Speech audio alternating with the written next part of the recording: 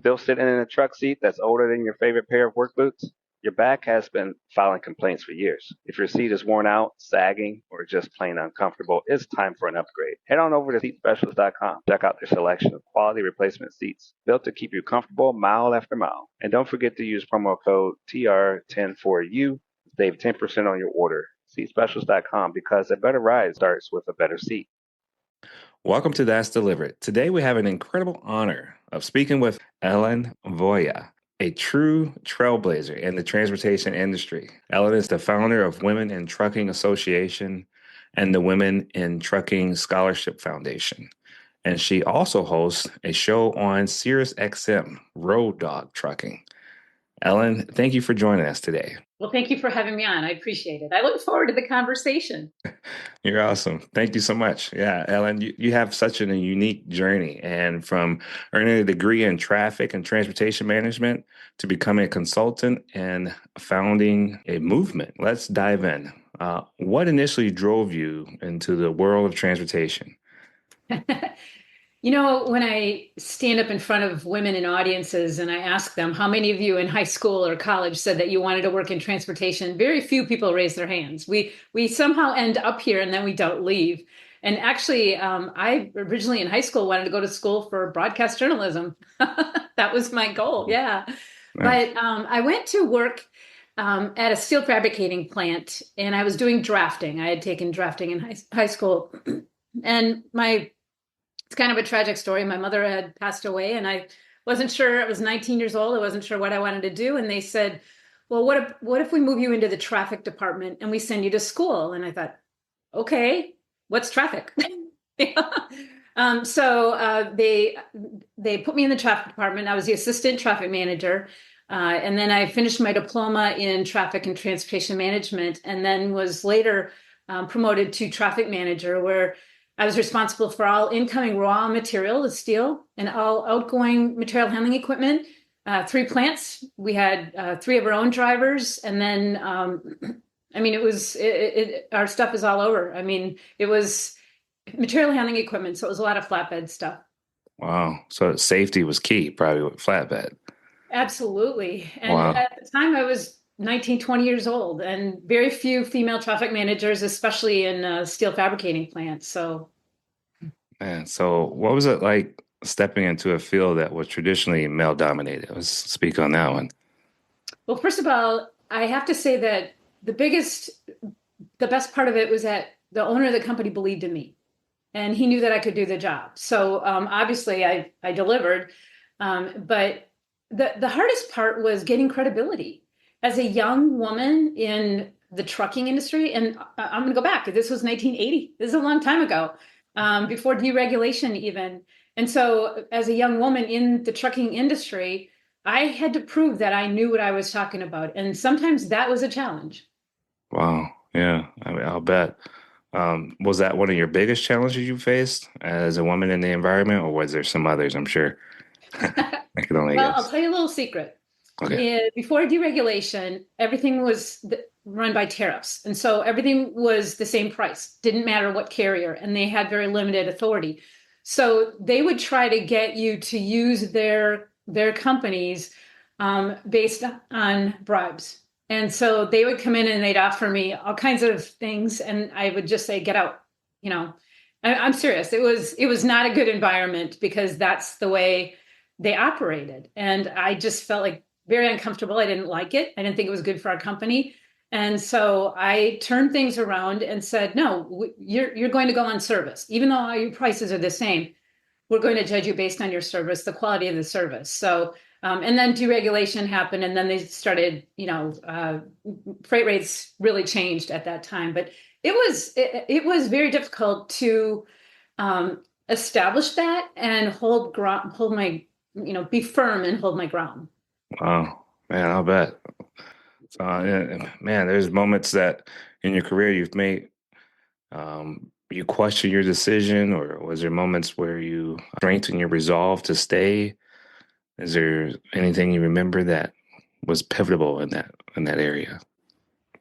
Not as far as transportation. I will say that making the decision when I started my family, I made the decision to do consulting. And that worked out wonderful because I have 2 kids. So for 18 years, they basically were by my side, and they would actually come with me to the trucking companies and, and when I'd pick up paperwork and things like that. So that was difficult. But during those 18 years, I raised 2 wonderful children, and I also earned my diploma. I also earned my bachelor's and then my master's in communication at the University of Wisconsin in Stevens Point. So went to school, had 2 kids, did consulting, and their dad, my former husband, we owned 3 trucks. So we had a very small trucking company, and he was on the road a lot. So it was a different lifestyle. Wow. Wow. So yeah, two wonderful careers coinciding and coexisting, raising a family. That could be challenging. Um, how many, I guess, what was the number of people or customers you had at one time as a consultant for So my juggling? customers were in central Wisconsin, and they were as small as 1 truck, and the largest one was 32 trucks. Wow. Because after that point, then they can take it in-house. So by consulting, I meant I kept their trucks legal, their drivers legal. I did the driver qualification files. I audited their logbooks. I did all their fuel taxes. I could read tariffs and things like that. So having that diploma in traffic and transportation management gave me that credibility and the knowledge to be able to do that. Wow. So, uh, how did that side of the business give you new insights into challenges of transportation? I mean, it probably opened the door to quite a range of things. Over those 18 years, there were a lot of changes in the industry, a lot of regulations, and the trucking industry is very slow to change. They don't like having the government tell them. I mean, I remember when Qualcomm first came out, and every truck was being tracked, and drivers are like, "Well, I don't want to be tracked," And now look at everything they do. Everyone knows every movement they make. So it was very different because drivers, first of all, had a higher opinion of themselves, and the industry had a higher opinion of drivers. Where today, a lot of drivers come into the industry just because it's a job. Where in those days, it was a lot of them, their grandparents or their parents were in the industry. So it's a lot different. It's no longer the knights of the road. Hmm. Wow. Yeah, you're absolutely true. I mean, if they want to do something new, it does take a long time for it to actually be implemented. It's sometimes some things get pushed back or delayed. In fact, you're right. Wow. So I can go into the birth of women in trucking. You got to feel that pressure. You got to make something come from it, like, pressure that makes diamonds. So I like you that. officially launched Women in Trucking Association in 2007. What led to that movement? So after I completed my master's in communication, I was hired by Trucker Buddy International. Are you familiar with that program? It's a pen pal program. So I ran that program for 6 years, and that was a nonprofit association. So then I was suddenly in the nonprofit world. Well, I was hired by Schneider. They asked me to come and work for them because I had a background in trucking and the family issues, and my job was manager of recruiting and retention programs. And so that meant corporate level initiatives to attract and retain drivers, focusing on specific groups, returning military, Hispanics, seniors, and women. And they said, figure out how to attract and retain women. Well, at the time, and again, remember I had an association background then because of Trucker Buddy. At the time, I was working on my pilot's license, and I belonged to a women's aviation association. And I thought, well, how can there be something for women pilots? And there's nothing for women in the trucking industry. So I used a model. I copied a lot of their stuff, which I told them I did. I said, I'm copying a lot of it, and made it a 501c6, which is a dues-based membership organization, which includes both corporate and individual members, and put together an amazing board of directors. One of my first board was all women because people said, well, you need this woman on, you need this woman. One of my first directors was Lana Batts, and she had been president of the Truckload Carriers Association.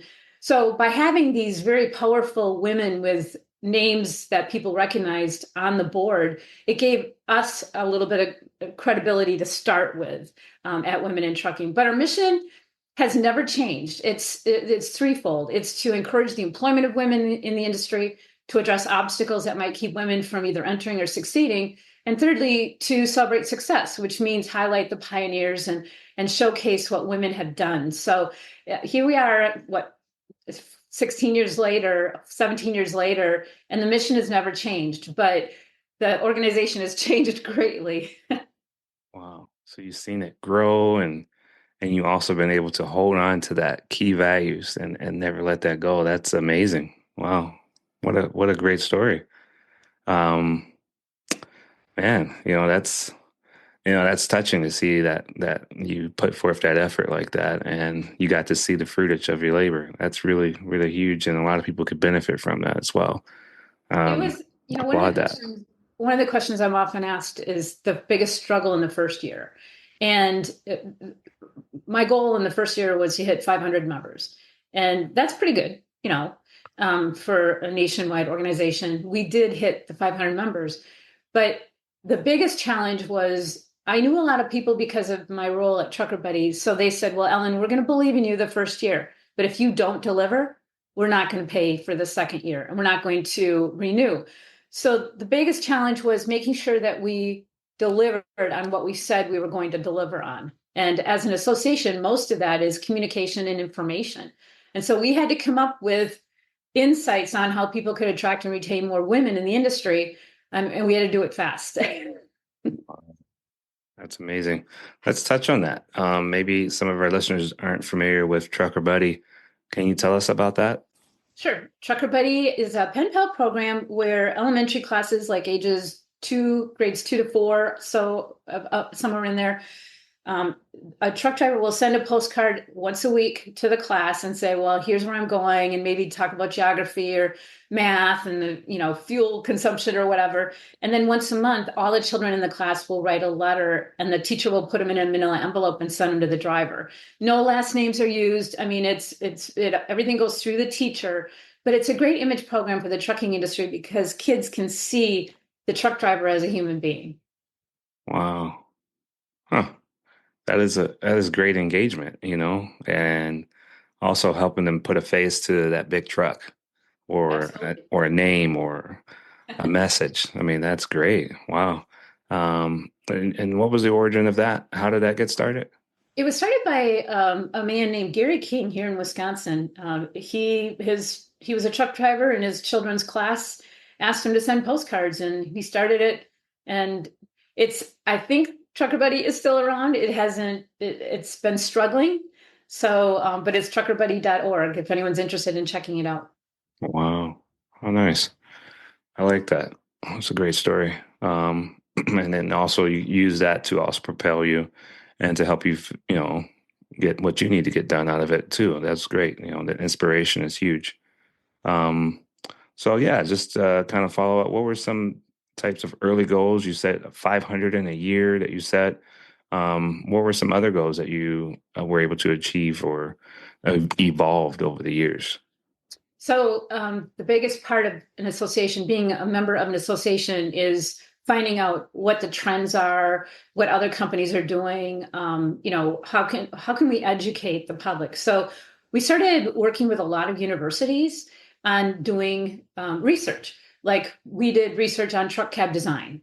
The University of Wisconsin in Stout, they had some graduate classes, and so they would look at the trucks and see how comfortable were women in those trucks and what maybe could be changed so that we could accommodate shorter statured individuals. So we worked with a lot of researchers so that we could have information. We also did some of our own studies. We did a best practice research on what are some of the best practices for carriers that have a higher percentage of women in the industry, not just drivers, but at all levels. And basically, we had a weekly newsletter that came out email, and then I went to a lot of trade shows. Those are fun. Trade shows to share a message and sign people up as members. I mean, all that traveling and the weather, all those things. And then also too, it says 15% of your members are men. Can you talk about the importance of male alliances and your mission to support women in transportation? Absolutely. If you go back, you'll see that it's a very male populated environment. So if we don't have men at the conversation helping us problem solve, then we're not going to solve these problems ourselves if we exclude men from that conversation. And what's been really surprising to me is how many men have supported our mission to bring more women in. But I will tell you what's really changed over the 17 years. Originally, it was, oh, wow, 50% of the population is women, and we just haven't tapped into that market, and we need drivers. Okay, well, that's great. But I wanted them to see the value in what women bring. And that was whether women are more risk averse, whether it's in the boardroom or in the truck, which means typically it results in a safer driver, because you're avoiding situations that might lead to crashes. But I will tell you that I didn't have that data in the beginning. And why do women leave a company? Why do women leave the industry? What brings women in the industry? The number one reason women come into the industry is because of money, because women can make the same amount of money as men. So once we started doing our research and asking our members, like, why did you come into the industry? Here's another little tidbit for your listeners. Women will leave a trucking company if they don't feel valued. Women want their dispatcher and their company to have their back, to make sure that they're safe, and get them home to their family. Guess what men are looking for? Curious. Pay equity. Men want pay equity. If you get a gravy load, I better get a gravy load, right? Well, that's not what women are necessarily looking for. Women want a company that says, I care about you. I'm going to get you home. I'm going to make sure that your truck is maintained well. So if they feel that the company isn't looking out for them as an individual, they will move on. Where for men, it's more the dollar. Wow. And that's what our research has found, which I find fascinating because women are more relationship oriented. So we need to feel that our company cares about us. And we need to feel that our dispatcher cares about us. So it's information like that when I could stand up in front of trucking companies and say, this is what brings women to your company. This is why they're going to leave. This is what you can do to accommodate them. And here's such a simple one. And it's different now because it is, it's 24. But back in 2007, one simple thing was, how about buying women's shirts for your female drivers? And because they buy. It's so true. Even as men, we see that. I don't know how that may look or translate when I say it, but we're like, that's got to be rough. That's not even for like police officers and firefighters as well. It's like, man, why do they do it like that? Right. Because women have to fit into the norm. So companies that want to be better at accommodating will ask women, how can we better accommodate you? The other one that I'm really proud of is that we worked with the truck manufacturers, the OEMs, on truck cab design and ergonomics, and had our female drivers talk about what they could be done differently. Like, okay, on a long nose, let's put the hydraulics on there so that you're not lifting that hood, when you're doing the pre-trip. What about women are looking for more creature comforts in the cab, more storage, more compartments. Also making sure that women can see over the dash and see the mirrors and be able to reach the pedals, because typically women are shorter and have shorter arms and legs than men. So it's how do we make the truck accommodate different size people? And the truck manufacturers used to design trucks for the 95th percentile male, and because that's who drove the trucks. Well, now they're saying, oh, we get it. Let's see what we can do to make the truck more accommodating. Not saying build a truck for women at all. I'm saying let's make women as comfortable in the truck as a taller male would be. And that helps shorter statured men too. Absolutely. Variety is good, I think. And the more that we see that, the more that we also understand the individual. And like I said, the longevity of what women can do. I mean, the fact that they're able to put more time in with the company because let's face it, men, we do things that cut our life short because we're Well, looking for that dollar, probably, well, like you said. sometimes men don't realize that women are having a challenge. Like, okay, here's a great one. Restroom access. Hmm. Okay. So for women, first of all, privacy is very important.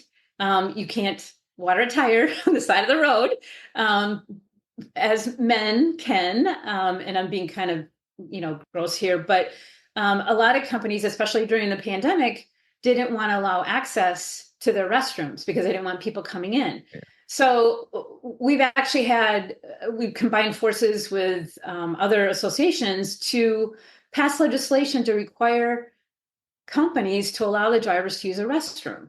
And that's pretty sad that we would have to have that kind of legislation. But Mhm. I hear women over and over again, they'll say, well, I delivered to this place and they wouldn't let me use their restroom. Right. That's just wrong. Yeah. I was thinking about people with IBS, Crohn's, things like that. You know, need bathroom Absolutely. access is key. So paving the way for a lot of other individuals as well. I mean, Right. that's huge. I mean, you're a champion for helping people and diversifying people's minds as to widen out. I mean, I think that's great. How Well, would I'm you? glad you said Yeah, that. I'm glad you said that because I want to share a quick story. go ahead. Yeah, Um, yeah, I love it. so we work with the truck stops as well as trucking companies, truck manufacturers. And one time, TA Petro came to us and said, we want to know what we could do better with the showers. And so I asked our members, I said, well, what do you like about the TA Petro showers and what could they be doing differently? And there were three things that came out of the result of it. One of them was the air exchange in the bathroom was a lot of places wasn't enough so that it took the moisture out of the air. Secondly, the towels, they, especially if you're trying to wrap your hair in a towel. And so Tia Petro did three things after our drivers gave them the results. They had to check the exchange of air in the vents every every so many days or whatever. They put in big fluffy towels and hair dryers. Okay, there's men out there who use hair dryers. And third, they made their managers shower in the truck stop shower once a month. And it was like guys would come up to me and go, I love those big fluffy towels. It's like, this isn't just a women's issue, Yeah, but we go in there and we look. It's like, man, those are some nice bathrooms, and that's exactly one where I noticed it was at the TA, and so wow, thank you. yeah, so it's not just looking out for women's issues, but it's looking out for drivers' issues as a whole. Wow. And not just drivers. I need to elaborate too. Our members are not just drivers. They're women in the C-suite and safety directors and technicians and things like that too. But a lot of the effort is for the driving population because women are so few, make up such a small minority. Yeah, that variety is key. If you sometimes leave a man alone for a very long time, he gets stuck in his ways, and so it's nice to be able to get taken out of that rut. And you elevate the industry when you do that. So thank you. How do you encourage more men to get involved and become advocates for change versus fighting it or resisting it? Well, first of all, tell them why the change is beneficial. Why is it a good thing and how it will make their job easier or better or more productive or whatever. That's the first thing you have to do is you have to have a reason for that change. And then, you know, there are so many wonderful men out there who are so supportive and want to see more women. The one comment I hear a lot is a lot of men would come up to me and say, once I had a daughter, I realized I wanted the world to be better for my daughter. So I would hear that a lot. Hmm. And I'm like, good for you, because now you're seeing the world from a different angle, right? So we have to have male allies. There's always a few male voices out there that are negative, but it's like they could be few and far between, but they're the ones that are the loudest. They're the ones that stand out in your head, like, oh, that guy just called me a derogatory name, or oh, that guy, said I should be home, barefoot and pregnant or cooking or whatever. I mean, there's a few men out there who still feel that way, but there's so few, but their voices are too loud. Yeah. Yeah, I mean, I'm one of those guys that had a daughter and saw the change in myself. Good So for yeah, you. yeah. So when you said that, I totally could relate. So yeah, There's that's really cool. actually there's actually a study that shows that when the boss's wife, so if you have a male boss, when the boss's wife has a baby girl and your boss suddenly has a daughter, the wages for women in the office go up more than men. There's Wow. actually a study, Huh. and I had a guy come up to me and tell me that one time, and he said, "Oh, you're absolutely right." He said when his wife had their first daughter, he came back to the office and thought, "Would I want my daughter working here?" Wow. Mm. Yeah, I mean, yeah, we do ask ourselves that quite often in conversation amongst ourselves. So yeah, you hit the nail on the head. The state of women in trucking, then versus now. Just spend a little time on that. When you first started with women in trucking, the landscape was very different. How did things change for women in trucking since then? I know we kind of touched on some of those things, but what have you seen as the biggest wins so far in terms of equality and the opportunity for women? So the biggest win is that companies are actively trying to recruit and retain women because they're women, not just because they're filling a seat. That's the biggest change I've seen. As I mentioned earlier, in the past, it would be, oh, wow, didn't think about half the population as a driver. Well, now it's like, wow, women are often better with the customers and better with paperwork. And the American Transportation Research Institute found that male commercial drivers are statistically more likely to be involved in a crash. But that's because women are more risk averse. So now the companies are saying, we see what women bring, and they're starting to value women, and they're starting to ask women, how can we better accommodate you and make your life easier? I had a woman reach out to me, and this would never have happened 20 or 30 years ago, but she had a baby and she was pumping breast milk, and in her truck was a camera. And she said, I need privacy. And they said, oh, you're right. Well, put a ball cap over the camera when you're pumping. Who would have thought of that 30 years ago? Hmm. That the camera would have been an invasion of privacy for someone who's just had a baby. So those are the things that this industry hadn't thought about.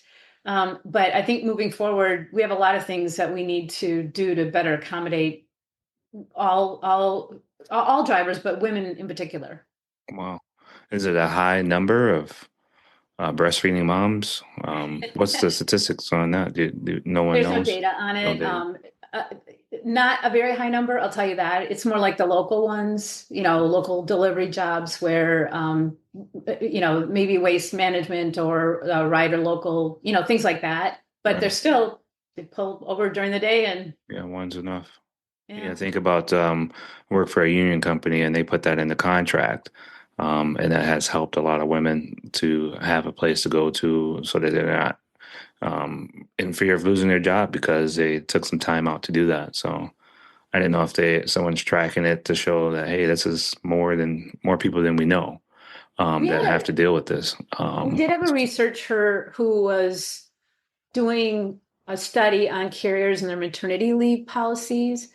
And she really couldn't get much of a response. The maternity policies in the office are one thing, but for drivers, it's like, at what point do you say it's no longer safe for a driver to stay in the cab of a truck? So I don't know that we have that data, but it would be interesting to see.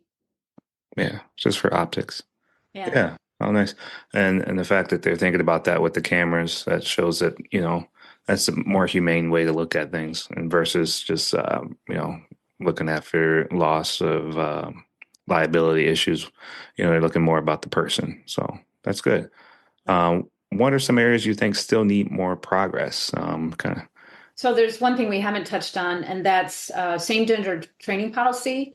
And so, especially for the large carriers that have their own schools, where they send a female trainee out with a male trainer for weeks at a time. And I have a problem with that. But one trucking company tried to have a same gender training policy and send out female trainees with female trainers. And it took longer sometimes for the female trainee to get a trainer. And so the EEOC came in and sued the company for tens of millions of dollars. So now the industry is afraid to change, they're afraid to identify whether they're male or female. And I think that's wrong. There was a study done by two researchers, University of New York, and they did research on the proximity of the bed in a dorm room and how when students would sit on the bed to chat, the incidence of sexual harassment and sexual assault increased because you're sitting on a bed. So I reached out to them and I said, what if you've got a sleeper berth, 14 inches behind you?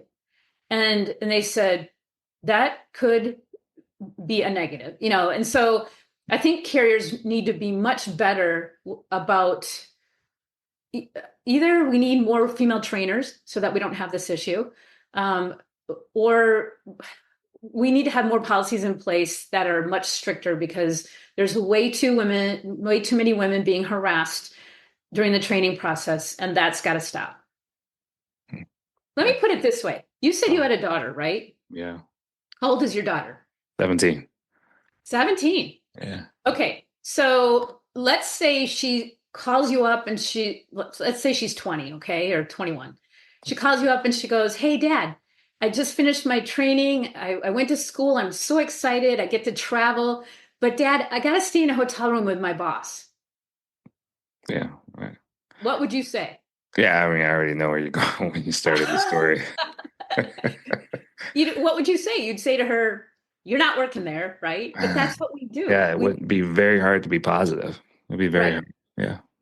So this industry needs to, we've done a lot of research on that at Women in Trucking. We actually have a same gender training white paper about some best practices. Pretty simple. You put them all in day cabs. You stay in a hotel, you have separate rooms. I mean, to me, is it more expensive? Absolutely. Well, in the end, it's cheaper. You're talking about that settlement. So exactly. Yeah, and then also you think about let's say something were to happen, and you worked all those years, your daughter admired you, and then something were to happen, and she wants nothing to do with that industry too because of a negative experience. It could go really bad. Yeah, we shouldn't find it acceptable. We need to better accommodate women who are in the training situation. I like it. I like that. That's smart. That's smart thinking ahead before someone has to suffer some ill effects of poor judgment, poor decisions, poor business planning. Yeah, that's great. Good job. I champion you on that one. you brought it home with the daughter. Oh man. So are there any specific industries within transportation that you have been slower to, I guess not just you, but transportation industry has been slower to embrace with gender diversity? Question there. Well, on a positive note, more and more women are becoming safety directors, which I think is wonderful. Where we really struggle is women as technicians, diesel techs. And so there's no reason why a woman can't be a diesel tech. And I know a lot of women who are diesel techs.